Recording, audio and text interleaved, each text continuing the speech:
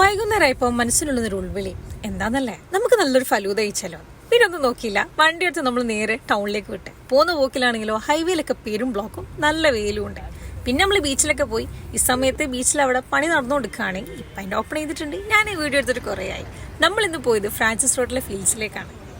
നല്ല budget friendly ആയിട്ടുള്ള ഫലൂദയും ഷേക്സും നല്ല മൊയ്റ്റോസും ചെറിയ ചെറിയ പൊട്ടറ്റോ ബൈറ്റ്സും പാസ്തലും കിട്ടുന്ന ഒരു അടിപൊളി ഷോപ്പാണ് ഈ ഫീൽഡ്സ്.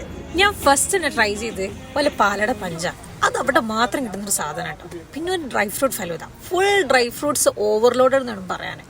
ഈ ഒരു മധുരം മൊത്തത്തിൽ നമുക്ക് ടാലിയാക്കാൻ വേണ്ടി ഒരു സ്പൈസി ആയിട്ട് നല്ല ക്രീമി പാസ്ത അയച്ചു.